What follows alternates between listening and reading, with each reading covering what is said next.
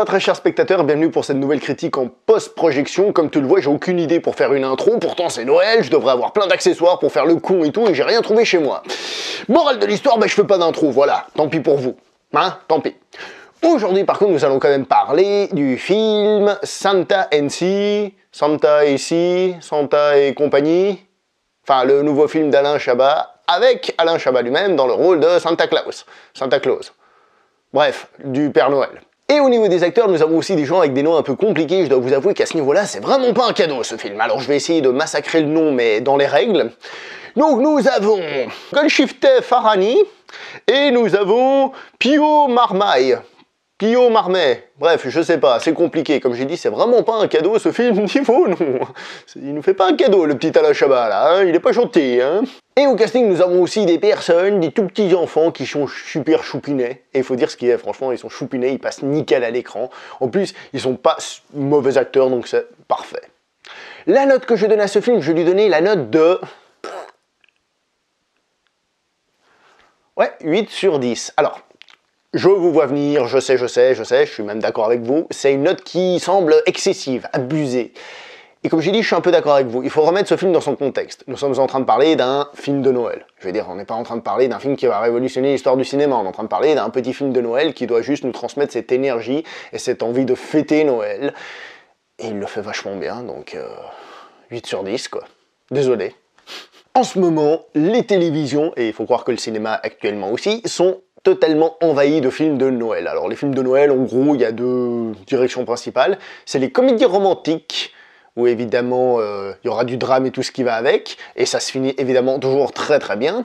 Et nous avons les films que je dirais plutôt basés sur la mythologie du Père Noël, comme ce film, c'est-à-dire où on va nous parler des aventures du Père Noël, comment il fait pour livrer les cadeaux. Bon, c'est plus des films, on va dire, du point de vue des enfants, faits pour les enfants. Je dois vous avouer que ce film est un peu curieux parce que c'est un film français. Et ce que je veux dire, c'est que c'est généralement plutôt les Américains qui font des films comme ça. Des Américains qui racontent l'histoire du Père Noël, etc. C'est pas quelque chose que je trouve très français. Non pas que ça peut pas se faire en France, la preuve ça peut se faire. Mais c'est pas quelque chose qui se fait souvent. D'ailleurs, la bande-annonce nommant ni sur le film, ni sur la direction, la bande-annonce elle-même faisait aussi très américaine. Je vous ai dit que ce film était fait pour donner envie aux gens de fêter Noël, l'esprit de Noël, etc. Et il faut dire que le début du film est absolument magique de ce côté-là. Est-ce qu'il est original? Non, il n'est pas très original. On voit le Père Noël, si vous voulez, dans ses préparatifs pour Noël, dans son pôle Nord, c'est pas vraiment dit pôle Nord, il dit pôle Nord tourné à droite, je crois, ou un truc comme ça. Mais bon, bref, là où est le Père Noël, il fait ses préparatifs, c'est pas très original, mais c'est déjà magnifiquement bien fait, 2, avec beaucoup d'idées, c'est rempli d'idées partout. Et franchement, c'est juste féerique, ça marche du feu de Dieu. Par la suite, le film se déroule à Paris, donc c'est quand même moins féerique, disons les choses comme elles sont, mais le film fonctionne toujours. Il arrive toujours à fonctionner. Alors, de 1, parce que c'est un film un peu naïf, évidemment, on est dans une histoire de Père Noël, etc. Donc c'est un peu facile, c'est de l'énergie facile, mais il le fait vachement bien. On sent que ça a été fait avec envie, que ça a été fait avec une certaine candeur, j'ai envie de dire. C'est fait avec amour, j'ai envie de dire. Et ça passe nickel à l'écran, on a envie d'y croire. Et franchement, voilà quoi. De plus, le film a quelques bonnes idées, je vais juste vous dire ça comme ça, par exemple, les relations qu'a Santa avec les enfants. J'en dis pas plus, regardez le film, il y a plusieurs petites idées comme ça, et le film est du coup vachement riche et vachement sympa. Et qui plus est, le film évite certains pièges. Par exemple, à un moment donné, on nous parle d'un père. Je rentre pas dans les détails à nouveau, comme d'habitude.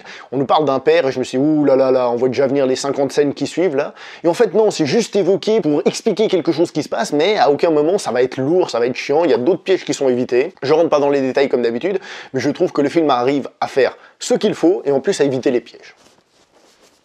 Voilà quoi. Et en plus du Père Noël, évidemment, joué par Alain Chabat qui s'amuse, je pense, très fortement, nous avons cette famille. Et c'est une famille qui passe tellement bien à l'écran. Déjà parce que, comme j'ai dit, les deux enfants, ils sont super choux et puis ils jouent plutôt bien. Et les deux parents aussi, ils ont une bonne tête, quelque chose, ils sont super attachants. Ce qui fait que toute la famille est très attachante. Même Jay.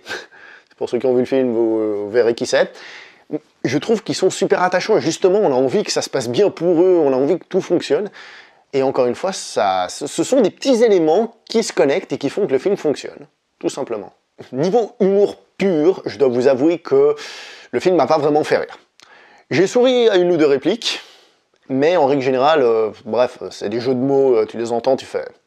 Ok, bon, mais ils dérangent pas le film parce que le film ne les appuie pas, ils sont balancés dans les dialogues, blablabla, ça enchaîne, et c'est pas fait genre ta la blague. Genre, on a fait une scène de 10 minutes pour arriver à ce jeu de mots qu'on a tiré jusqu'à ce qu'on y arrive. Non, c'est naturel, c'est fluide.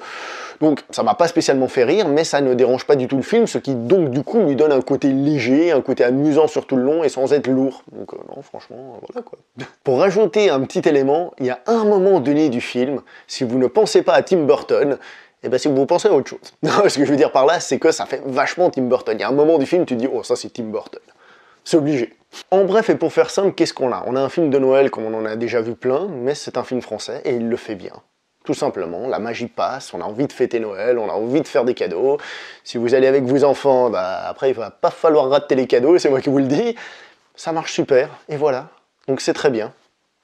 Je me permets une parenthèse de vieux con que je suis, de chieur quand même, pour dire que c'est bien joli tout cet esprit de Noël, toute cette mythologie du Père Noël, du pôle Nord, les lutins, les cadeaux, les livraisons, tout ça, c'est génial. Hein. Mais normalement, Noël, c'est une fête religieuse qui est censée célébrer la venue du Christ. Selon la culture catholique, évidemment, chrétienne.